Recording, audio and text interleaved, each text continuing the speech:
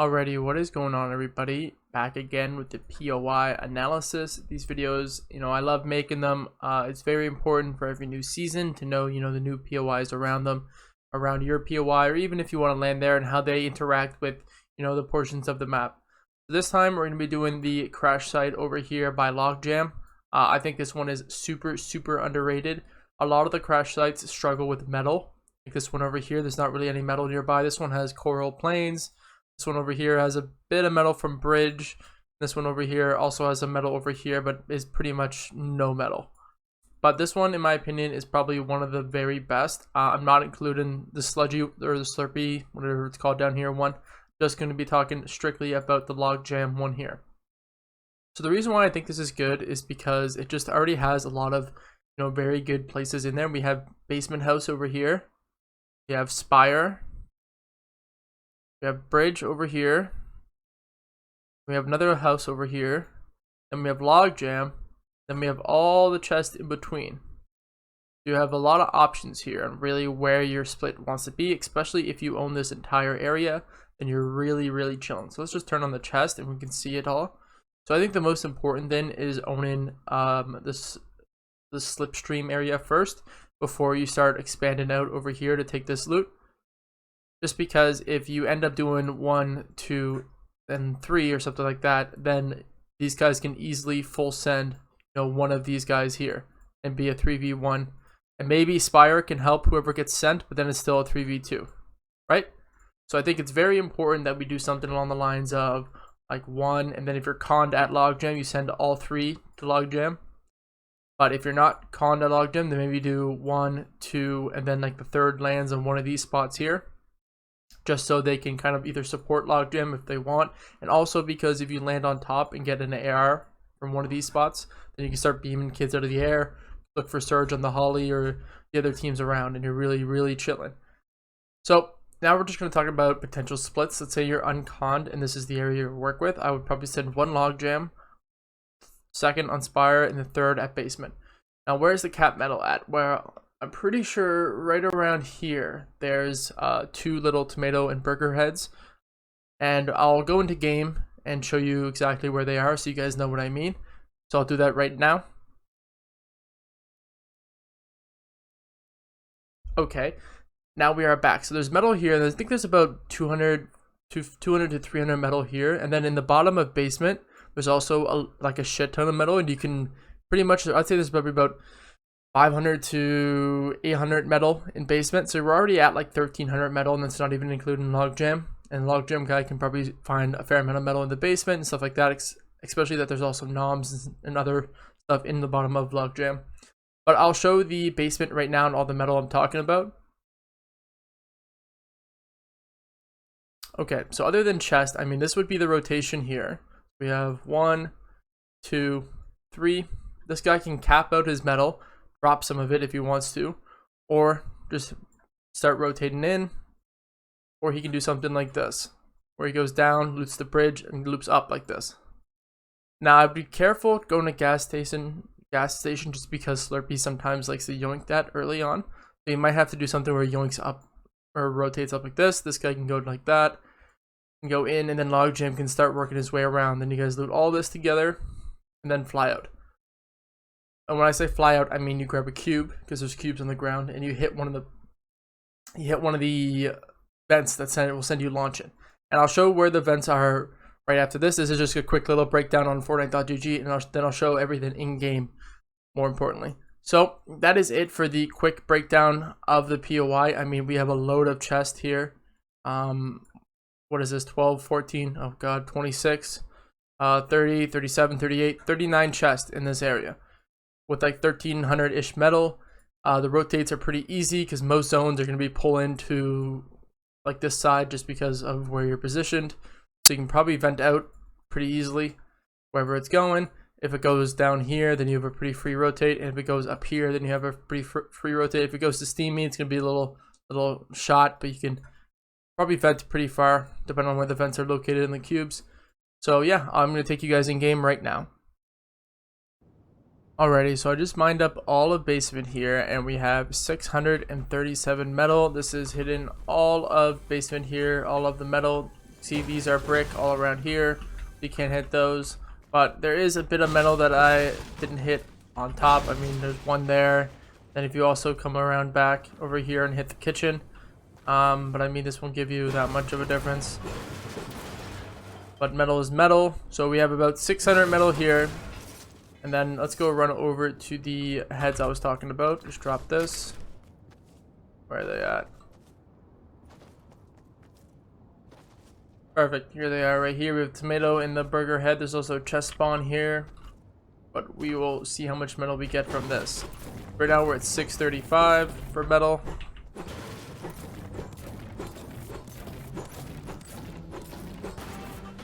Plus 240, so what? 875. So a little less metal than I expected, but you can cap out the rest at Logjam over here and be at 555 for metal. So yeah, I will be right back showing you guys Logjam and all of the fun with Logjam. Alrighty, we're now in Logjam here. As you can see, we have, a bunch of metal around here, a bunch of cars, a reboot van nearby, which is nice.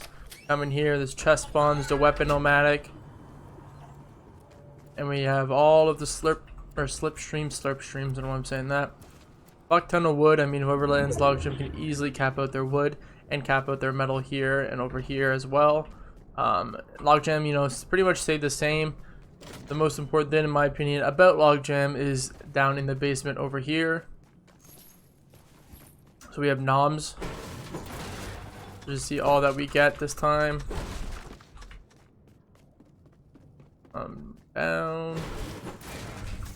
No peppers. I guess they know I'm recording. They don't want me to get any peppers. Oh, one stack of peppers. But nonetheless, you can get pretty good. There's a shit ton of knobs down here. So you can have a chance to get some really good peppers. It's always good to hold peppers, even if you're just tarping. But that is Logjam. Now I'll be right back for Spire and the other side. And yeah, see you guys then. Alrighty, here we are at the bottom of Spire. So there is some chest spawns. We have a chest spawn in here, chest spawn over here, as well as a fishing rod over here. 2 chest spawns up here. And then what you would want to do here is that if you're the guy that lands on Spire and your team's at Logjam, you want to build this. Here, launch up, pull your chute, and then fly back. But for right now, we're just going to check out the bridge here before Storm comes and kills me. So with the bridge, this can be kind of contested, or you can be shot at from weapon because you are pretty close. But look, we get a pad there. I'm pretty sure there's a chest spawn here, one right here, and then there's another chest spawn down here. So this is good for wood, ammo. There's the chest spawn on top, and then we have this another little house over here that has ammo all around on top. Chest spawns inside as well. But most importantly, let's pop this pepper. Storm is coming. Is that there is a vending machine all the way over here. Now the downside is that it is a little bit risky to hit because you do kind of have to go into weapon to hit it. But if it's later in the game and you've noticed that weapon is on the other side over here, or they're fighting over there, then you can come and check out what this is. Maybe see if you can yoink like blue pumps from them or whatnot. Then there's also one more. Let's see if we can beat the storm. There's also another vending machine all the way down here at gas station. We're gonna be in the storm, but that's fine. So there's the last vending machine. This one's, I think, like always a mended machine. This time we get minis. But yeah, so this is, just an easy guide or like look around here at all the key important parts of this split. And then I'm gonna go into replays, get screenshots of all this place, and then start really like extensively breaking it down. Yeah, see you guys then. Alrighty, so we are back. Here is an overview of Logjam and UFO Crashsite split from, in-game replays. So like I said, we have one person land Logjam, one person land in basement, and then the third land in Spire. So if you build up, like I showed in the video, you can get to Logjam pretty easily. You'll probably end up dropping off around here, but you can just hit the slipstream and go the rest of the way. Or if you need to go to basement, you can do the same then. Now, so this is a nice little triangle here. Because it is pretty easy for both team, for everyone to be supported, you could say. Because all the Spire guy has to do is build up and go back. And all Logjam has to do is hop in the slipstream and support whoever needs it. like this. The downside is that this guy does have to travel a little bit of a distance before he can start, you know, supporting his other teammates. So if Logjam does get pushed from, I don't know, maybe Shanty Town, they come in like this, 3 can get to him kind of quickly, but 2 will take, you know, a little bit longer to get there. And that's why, you know, the Logjam guy kind of has to loot pretty quickly, because he does have the longest distance to go to support his teammates.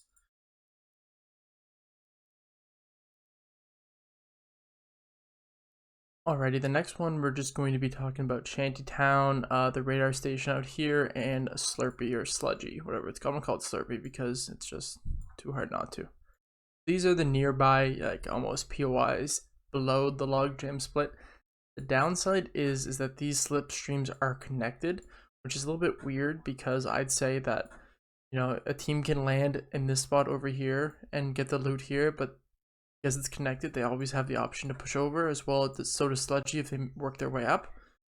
So that's why the Logjam is kind of also in a dangerous spot, because he can easily get pushed from radar station, Shantytown, and like a split like this. They come up here, hit all of this, and then they take the slipstream and push into here, or they go towards Sludgy over here. And Sludgy can do the same thing. They can push down straight through to fight the split over here, or push into the Logjam split. The idea is that the Spire guy in the last one would loot up Spire, the nearby houses, and then work his way straight to Logjam as soon as possible.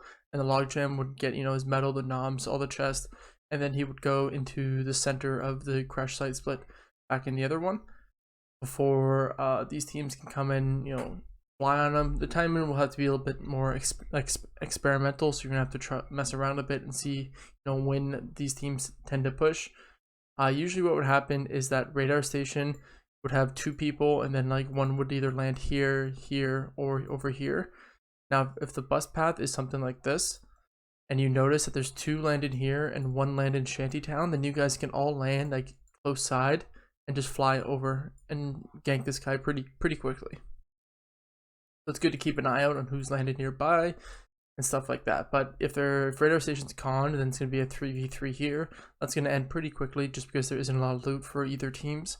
And then they're going to probably loot all of this and then work on their way to Shantytown and then over here. So the time in is going to be pretty good. If you guys get good loot and you can push pretty quickly, you can push into Sludgy. You can push into these ones as well. Pushing these, you know, kind of split POIs is always good, because you might have a chance to catch somebody off guard, especially if you use the vent trick that I'm going to show at the end of the video. Then you can really find somebody off guard. Here's another angle of the radar station, Sludgy, and Shanty split I was talking about. We can see that the slipstream goes like all the way down in here, so you can jump off right here and push Sludgy pretty easily. You can jump off right here and catch them out over here. You can jump out over here and probably land right around here and here to land in the Shantytown. You have a fair amount of spots where you can jump out, but you know, just as much as the spots you have to jump out, there's places for these guys to jump in and be able to push you.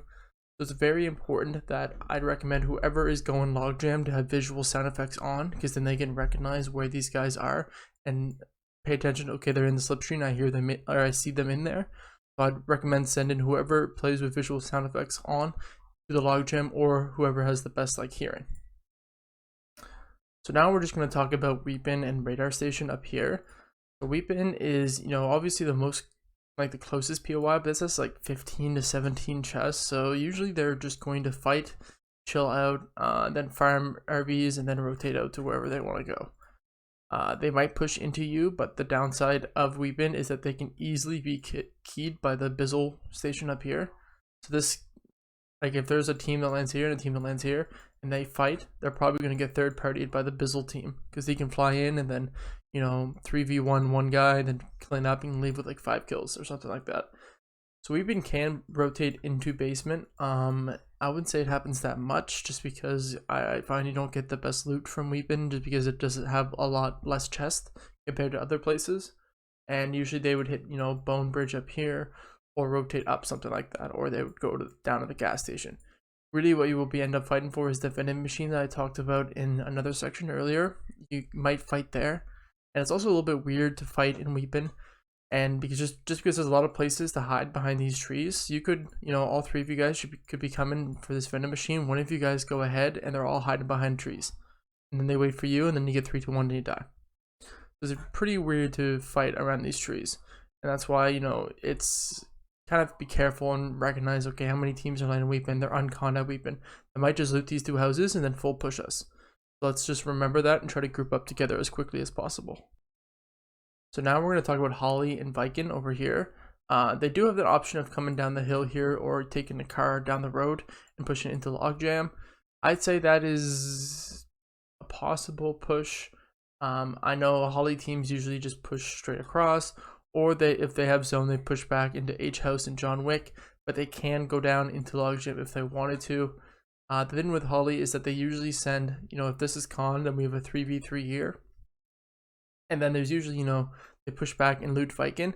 Then by that time, the 3v3 is over and they're looting Viking. You guys should already be grouped up and rotating out. Is kind of the goal. But if they're uncon, it might be something where they send 1 here, 2 here, and the 3rd lands all over here. But still, you know, it's going to take quite a while for them to, you know, loot all this up. So they might do something like just put 2 right here. So they might do, you know, 1, 2, and he goes like this. And they all meet up at Viking and then decide where they want to go, or Viking comes in. So if they're uncon, then that could be a little worrisome. So depending on the bus, remember to watch out. But again, if you have the visual sound effects guy over at Logjam, he can probably start hearing a car like right here. So you can hear, you see the car little icon, and then he can call it out. Then you guys group up together and either crack them or something along the lines, or wait for them to come or ambush, whatever. I'm gonna go over quickly some surge spots that are nearby. This one here is a pretty good surge spot. I don't really know what it's called, like the official name. It's kind of bad for looking out this way, but it's pretty good for catching people rotating through here. Because this is here too, you have there's a fast car you can yoink, and there might be an IO chest spawn here. I'm actually not 100% sure on that. But if you base up, I'd base up somebody here, here, and here.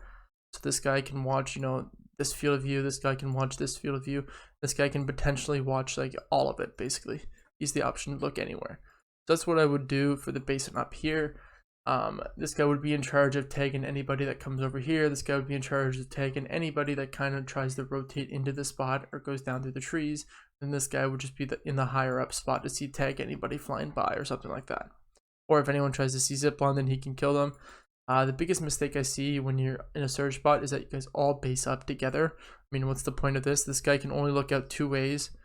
Then we get this, and then we get this. But when we split it up, something along the lines of this, then we have, you know, the options. This guy can all look out more ways, and you guys just cover more ground, especially if you base up all together. So again, if we do something like this, then you leave options for another team to base up over here, or do something like this, and then you might be able to get keyed later on if they end up needing surge or something along the lines of that. The next surge spot is something that's definitely a little bit unique to do, and it's the fact that all the spires are always like a good place to base up, just because you can just chill on top of spires, and if the zone ends up pulling over here, then you can just, you know, launch on out. I wouldn't recommend pulling your parachute or glider when you're flying out, just to, you know, take the dash and go out. But the downside is because we're in Weepin and we have all these trees, is that, you know, it's pretty easy for teams to rotate through all this and just use the trees as cover. So if you get zone and you decide, okay, I'm going to sit on Spire and wait, I'd recommend finding the fireflies that are usually chilled around the river. There's usually fireflies, and trying to burn down most of these trees. That's really, really good, because if there's no trees here, this is all flat land all around Spire, and you could easily tag the teams that are running through, because what will happen is you'll have a team set up over here on alpha, is what I call this big house, and made this one's beta. So you'll have a team set up here, and then you'll set up here, and then there'll be another one over here, and maybe even one here, and then any teams that are rotating in late will just get absolutely focused by these 4 teams. Especially if there's someone here, then you can easily get them lobby focused just like that. So the next nearby surge spot is these 3 hills here. I'll probably even include this one over here that you can barely see, but usually radar station would base up like here, maybe even make a fake base, or like Boney or Weepin would go up there. So it's pretty unlikely that you'll get this spot here. These ones are good. Again, they're only good if you end up fireflying Weepin, or if zone something like this, and the majority of the zone is on this side. So then you're going to be on the edge over here. My favorite one is this one up here because you do have the option to tag in people that are trying to rotate down, or they take the launch pad over here, so you can tag the people that are flying by, as well as anybody that tries to come up from Weepin, exit through this areas here. And then you have the guys that carve their way down at the bottom of this mountain or carve their way up, and you have way more options. I would set it up. You said 1, 2, 3. This guy can watch over here, over here, over here. This guy can kind of watch over here, depending on if you burn down these trees. But he can watch over here, and this guy can watch there and there. So that's how I would set it up. You guys are spaced apart. You cover more ground. If this guy's getting pushed up here, then you guys can all go and support him, and spray down the team and get surge and everything like that. All right, now the next one is Weepin main or alpha, how I like to call it. The downside is that if there is a Weepin team here and it is zone, they might decide to base up here instead of somewhere else. Again, this is only good if you burn down the trees around here. Most important trees being this bundle over here. So if we think that if you get 1, 2, 3, then you can cover all of the other side of the river. You cover the bridge over here, you cover over here, and you also cover the rotates over here. So you're either going to force everyone to go around that, or to cut through, burn mats, get tags, everything like that. So it's really, really good. Another downside is you're in all wood down here, so if someone throws fireflies at you, all this shit can burn. I've never been fully chopped down from the alpha house, but I have been where, down here is like heavily burned. It's kind of like scuffed if you decide to go down. Now the last search spot and the second to last part of this video is bony main, or horns is what I call this one. So we have main and horns right here. This is a pretty easy rotate. If you remember, the UFO Crashsite's just over there. Grab a car from Logjam and dip out over here. Now the bony team might be here. They might be over here, on any of these mountains. But bony main is good because you can watch all sides. You can send somebody right here. So we have 1, 2, and 3. So 1 can look out on these directions, 2 can do the same thing, look out basically all the directions, and 3 can look out like this. So you're covering so much space that almost no one will be able to go in bony. They'll be able to hide behind the house back here and hide behind some other buildings. But you pretty much force everyone on the outside, which is very important, because if you can control, like this part here, then when you're rotating for the next zone, if you don't get it, that you can easily just run out one of these ways and be good to go. So now I'm going to go back in game, and I'm going to show you guys where the vents take you and how far you go with each vent.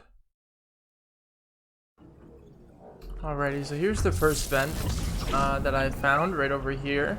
And the idea is that this vent looks like it would be pretty good to push into Holly, depending on where zone goes. So what you want to do is you want to just jump on it all together as a team. Let it launch you in the air, look around. So let's say there's 1 here and 2 over here. So you want to cancel it with the phase. All of you guys start phasing like this to drop down. And you get on the roof. Let's say he's right here. So there's 3 of you guys, 2 more people behind me. Cancel this. You all drop down and you all get on top of him. That's number 1, and I will be right back with number 2. Alrighty, I'm back with number 2 now, and this one looks like it will launch us towards almost a little bit of Weepin. We can probably angle it to hit us towards Weepin if we jump kind of like this. Let's see if we can do that, or if I'm just spouting bullshit. Yeah, we can kind of get to Weepin, yeah, pretty easily. So let's say there's 1 guy here, and their teammates over here. Look at this is perfect. And then you start going right here, and then when you land, you're here, and you just land right on top of them and kill them. So, yep, I'll be back with the 3rd event.